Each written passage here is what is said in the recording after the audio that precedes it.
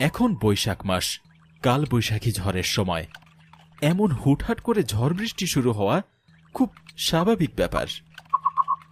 তখন রাত প্রায় 11টা।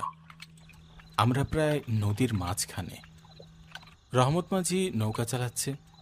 নদীর নাম আধারবতী। গ্রামের মানুষের মুখে শুনেছি এই নদী নাকি প্রতি বছর মানুষ টেনে নেয়।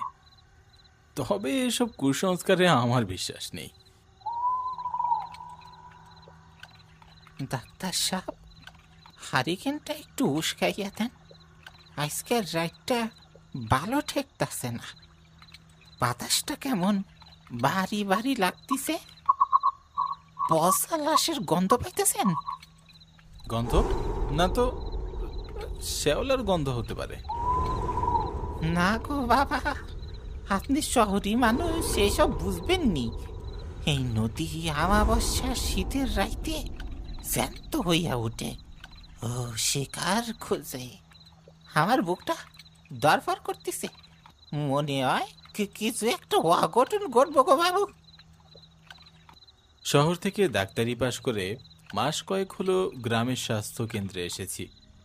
এখানে আসার পর থেকেই মানুষের যে কত আজগুবি কুসংস্কার শুনেছি তা বলার বাইরে। তবে আমি ডাক্তার মানুষ, তাই এসবের কোনো কিছুতে আমি গুরুত্ব দিই না।